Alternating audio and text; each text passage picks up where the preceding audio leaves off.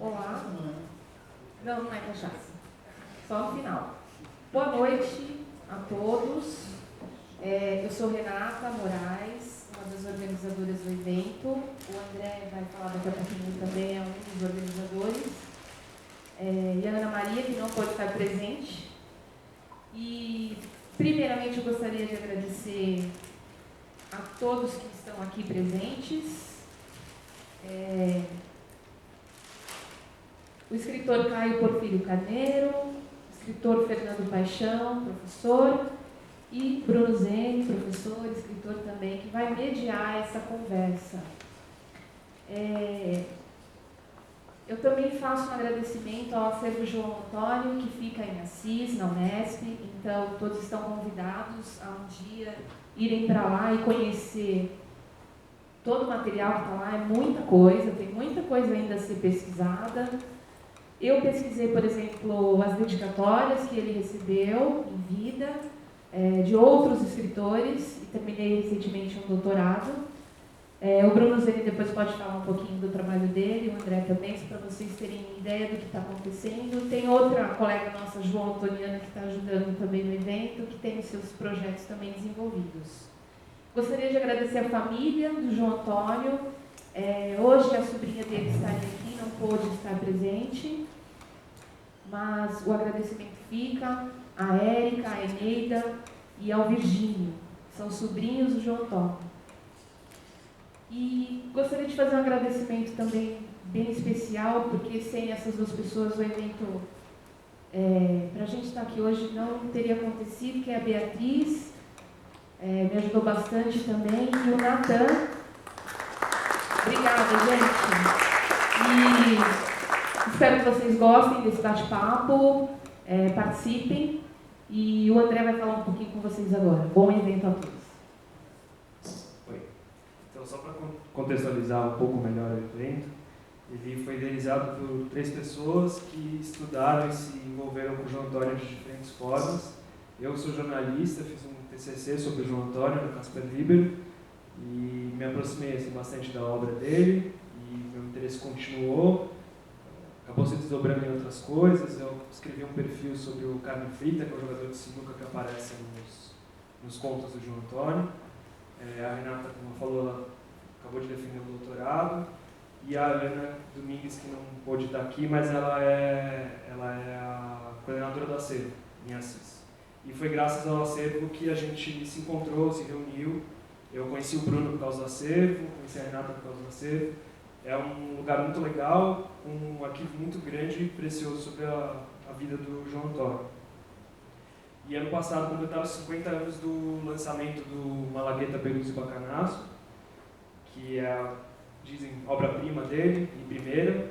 E a data foi lembrada em algumas publicações, mas hoje a gente está fazendo uma homenagem mais justa a esse momento que passou um pouco. O Caio Porfírio Carneiro é escritor, é premiado com o Jabuti de melhor livro de contos, e ele é um dos mais antigos amigos do João Antônio, conviveu como ator na época em que ele preparava seu livro de estreia, o Malagueta. O Bruno Zeni é doutor em letras na USP, escritor e jornalista, e estuda a obra do João Antônio há cerca de 10 anos e vai mediar essa conversa. O Fernando Paixão é escritor, editor e ensaísta e professor vinculado ao Instituto de Estudos Brasileiros da USP.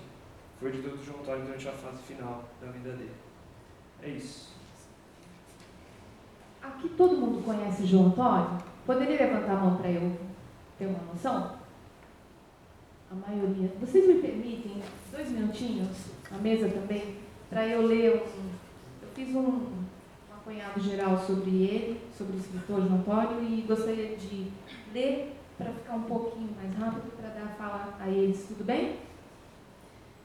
João Antônio nasceu em 1937, faleceu em outubro de 96, então já faz 18 anos, né, desse falecimento.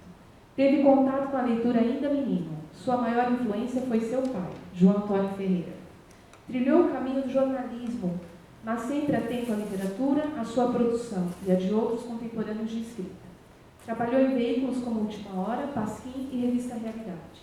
Consagrou-se entre a crítica com o gênero conto, a partir de sua temática predileta, os considerados marginais, jogadores de sinuca, meninos de rua, prostitutas, dentre outros. Em 63, como o André falou, lançou Malagueta Peru de Bacanaço, portanto, ano passado foi uma data comemorativa, que hoje a gente efetiva. E estar hoje aqui na Biblioteca Mário de Andrade é bem significativo, porque na década de 60, houve um incêndio na casa dele e os originais do primeiro livro se perderam, e aí para a reescritura desse conto, o Caio participou, porque ele guardava os manuscritos de João Antônio, porque ele lia, João Antônio pedia para ler. A Ilka também guardou parte desse material e ele foi recompondo o conto, e a cabine 27, que ficava aqui na biblioteca, o João Antônio frequentou por muito tempo. Então era isso.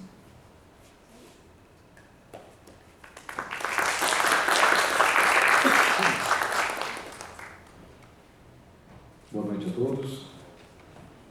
Obrigado pelo convite, André. Bom, vou fazer mais um comentário breve a respeito do João Antônio. Diferentemente do Fernando e do Caio, eu não o conheci pessoalmente. Então, é um privilégio, uma honra a gente ter o Fernando e o Caio aqui, porque foram amigos do João Antônio, conviveram com o João Antônio.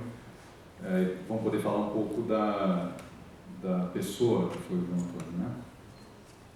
Todo o meu contato com o João Antônio, com a figura dele, foi pelos textos dele.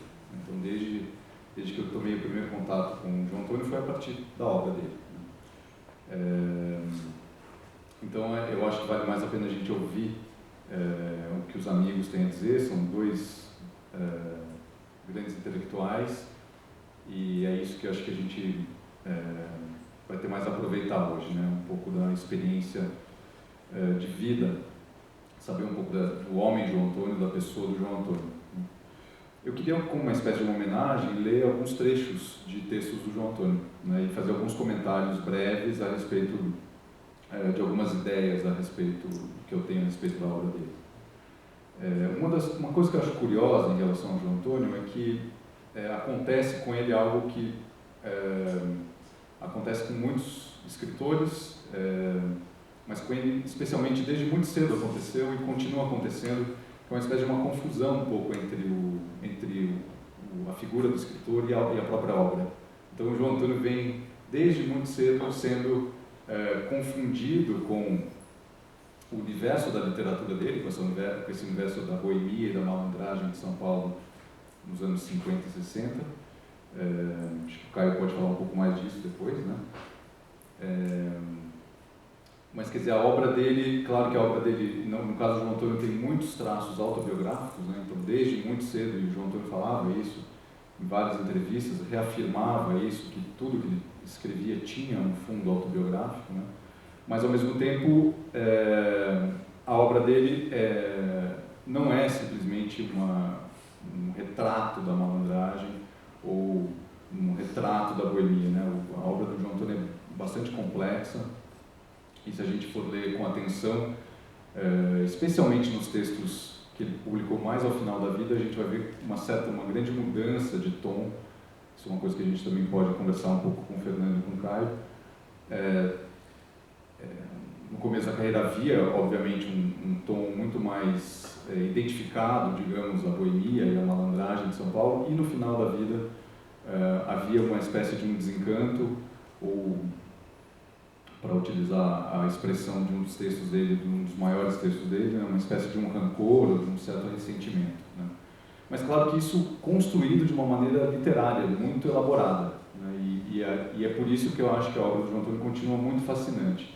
porque tem um conteúdo pessoal muito forte, muito de experiência de vida, que certamente foi dele, né? Mas ao mesmo tempo tem também um distanciamento dessa experiência, uma certa reflexão dolorosa, muitas vezes, a respeito dessa própria experiência e da mudança da experiência da boemia e da malandragem ao longo do tempo. Isso eu acho bastante bonito na obra do João Antônio também. Como o tom da literatura dele vai assumindo uma complexidade bastante grande.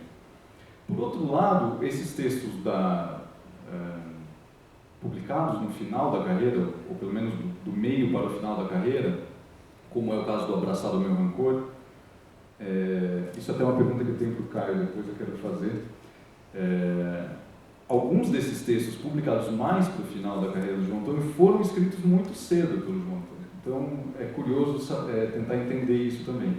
É o caso, por exemplo, do próprio, isso é a pergunta que eu tenho para o Caio, depois ele pode comentar isso, é o caso do conto Abraçado ao Meu Rancor, que ele menciona numa carta, salvo engano, uma carta ao Caio Porfírio, uma carta de 74, se não me engano, mas o texto só vai ser publicado em 86. Né? E é o caso de um texto muito bonito dele, chamado Uma Força, que está em Abraçado ao Meu Rancor, e que a gente descobre, lendo as cartas do João Antônio, e alguns pesquisadores descobriram isso. É um texto que ele escreveu também muito jovem, né? Apesar de só ter publicado esse texto no final da carreira. Então, essas misturas são muito interessantes na obra do João Antônio. Tem, ao mesmo tempo, um grande fascínio pelo universo da malandragem e, ao final da carreira, isso está muito claro, um certo desencanto, uma certa melancolia pela perda desse universo que desapareceu. Eu acho que o Abraçado ao Meu Rancor, o conto, é o maior testemunho disso. E, ao mesmo tempo, esse desencanto e essa tristeza, essa melancolia, talvez já estivesse lá dentro do João Antônio jovem, né? Como esses textos publicados no final da carreira, mas escritos quando ele era muito jovem, também indicam. Esse mistério em relação ao João Antônio é algo que também me interessa, e depois eu queria ouvir um pouco os nossos convidados.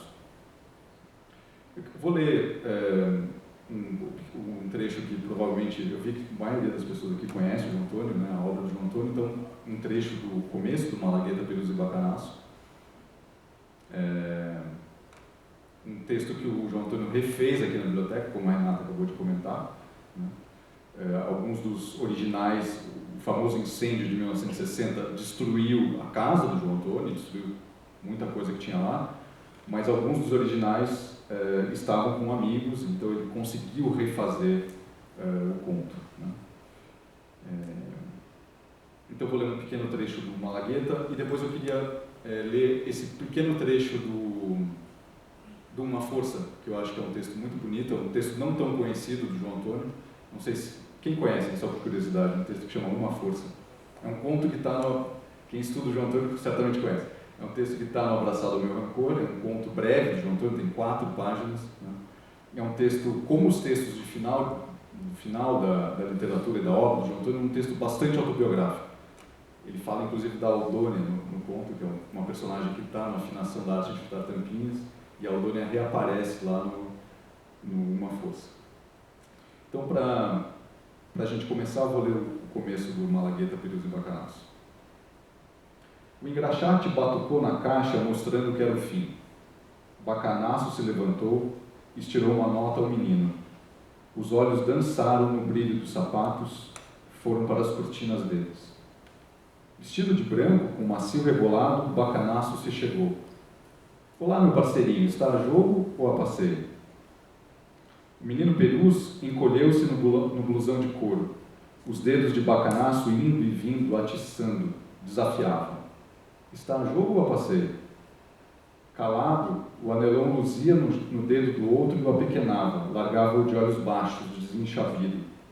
O menino Perus chutou para longe uma ponta de cigarro, arriou no banco lateral. 3 dedos enfiaram-se nos cabelos.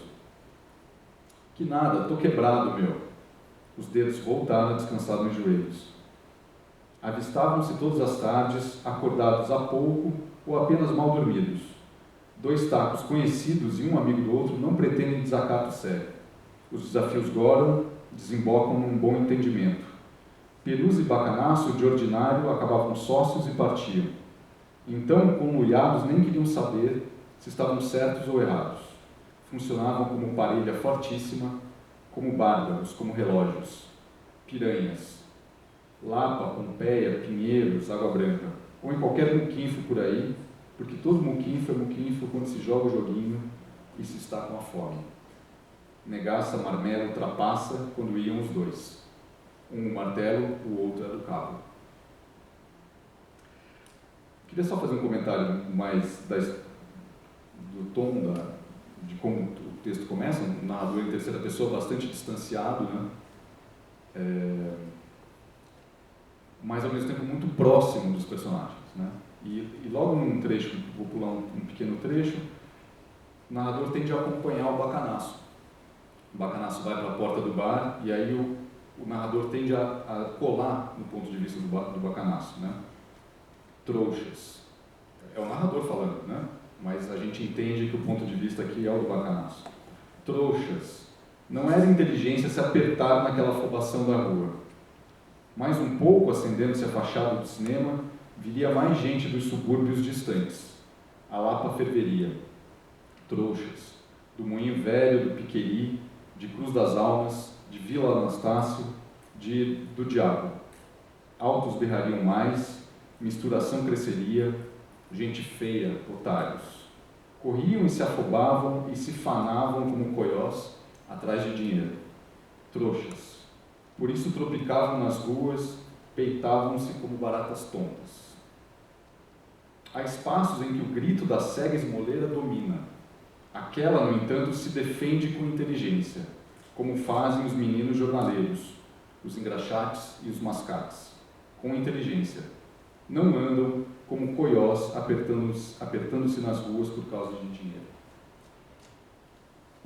É um narrador em terceira pessoa, mas colado do ponto de vista do Bacanaço, desse malandro, jogador de sinuca, olhando para os trouxas. Quer dizer, então, há aqui um retrato, obviamente, do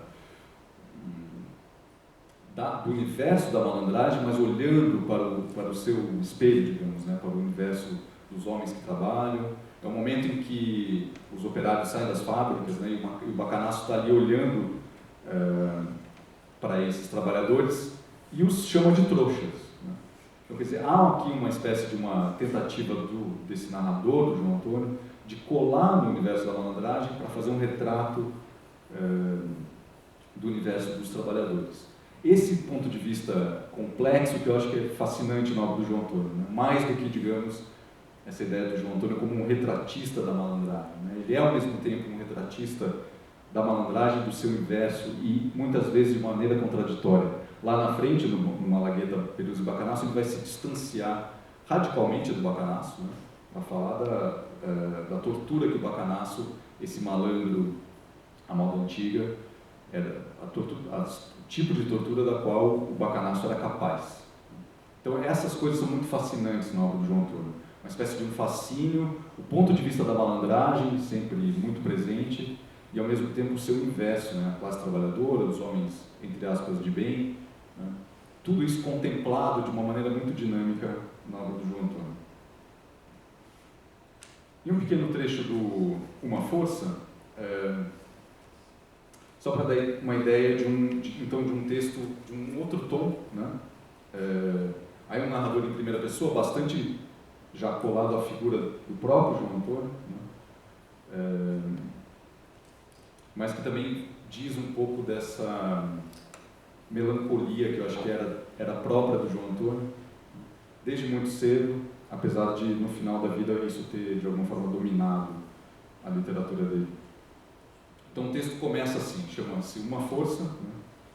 E é a história de um cágado, de um jabuti, que o narrador encontra pela rua e ele decide recolher o jabuti e levar para casa.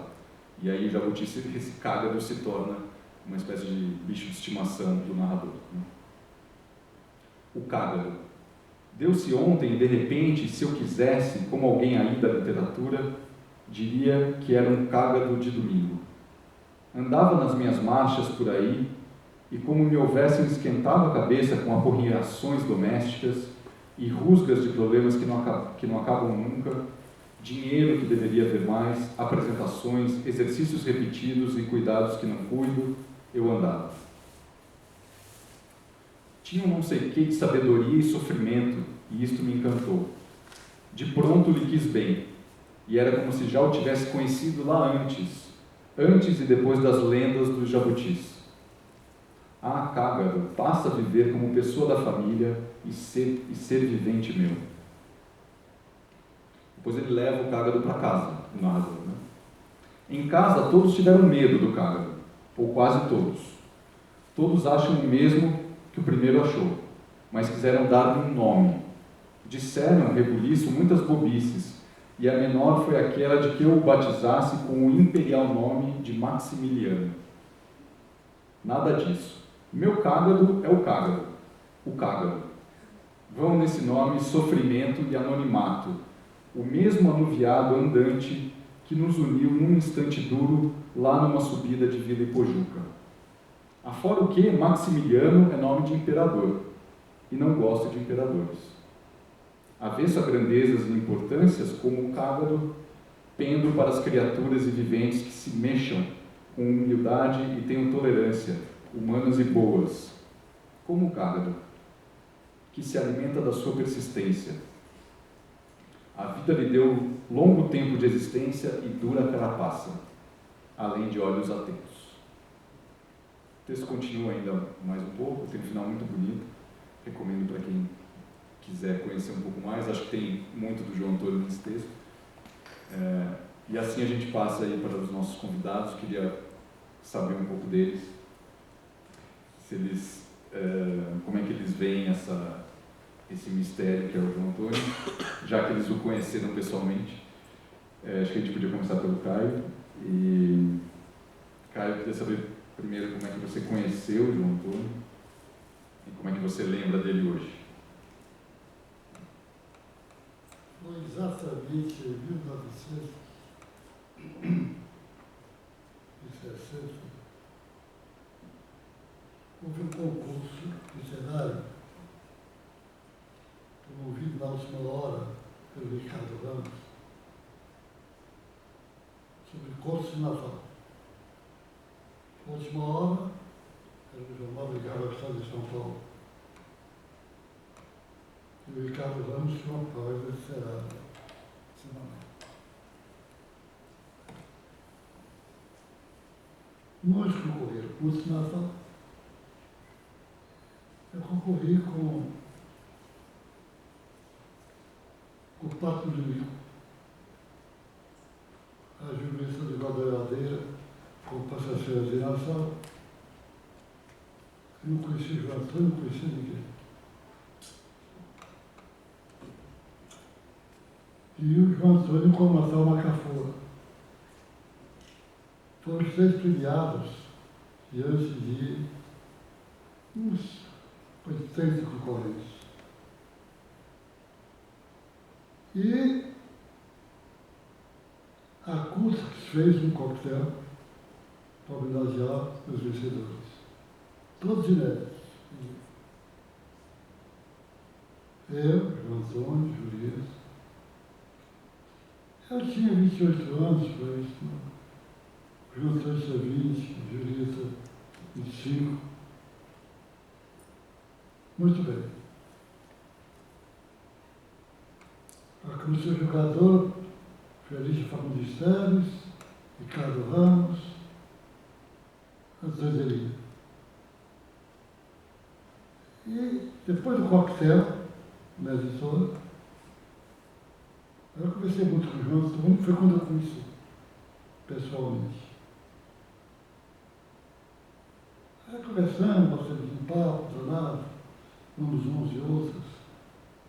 Aí quando eu saí, eu disse, deixa eu dar uma voltinha. Aí fomos dar uma voltinha. Que voltinha foi essa que rodamos São Paulo a noite inteira, entrando de bar em bar. E cada bar tomava uma. Muito jovem, né? Terminamos a noite Um dia, 6 horas da manhã, na Praça da Sé, sentado, eu e o Antônio de Porra. Aí começou a amizade. Bem, o meu irmão tinha uma imobiliária na Barão Paranapiacaba. Estava construindo Brasília. E o João Antônio, muito jovem, desempregado, eu trabalhava com meu irmão. Frequentava o escritório do meu irmão. Um dia, almoçávamos em casa, saímos juntos. Eu disse, cara, vamos tomar uma cerveja, quero lhe contar uma coisa. Você tinha 21 anos, 22 anos. Atravessamos o Viaduto do Chá, descemos para o Anhangabaú, vizinho ao antigo Cine tinha um bar. Sentamos, pedimos uma cerveja, sou muito quente, já datado. Aí ele pediu ao garçom um papel de embrulho, papel, vixe mais, papel de latão. Ele disse, cara, eu estou bolando uma história de 3 malandros, 3 tipos. E eu queria contar para você, ver o que você acha. E foi traçando no jornal a história do Malagueta, Peruso e Macarrão. Escrever, escala, falar. Estou com isso na cabeça já há dias. Porque quando escrevia, ele remoía muito, ele falava. Ainda acabou de mostrar, falar. O que é que você acha? Eu disse, Rosana, eu tenho pouco tempo de São Paulo, sou cearense, estou fazendo um livro regional, sabe? Você é que sabe, interessante. Escreva. Pois é, porque ele escrevia da seguinte maneira. Escrevia papel de embrulho, escrevia em qualquer lugar, estava no bolso, botava no outro, contava. Parecia que era desorganizado, mas não era. Tudo que vinha, anotava. E então começou a escrever. Já tinha alguns contos prontos. Notava Cafua, tinha o Menino do Caixote e outros contos. 2 ou 3 publicados apenas, na empresa. E levava o que ele escrevia para a máquina do escritório do meu irmão e datilografava. E me mostrava. Isso é que eu acompanhei todo o processo de feitura da novela. Todo. E de repente, sabe de uma coisa? Eu vou incluir o Germano Matias, que era um cantor da época, que batia numa latinha, tampa de latinha de graxa. Vai entrar também. Não entrou. Um dia ele entrou no escritório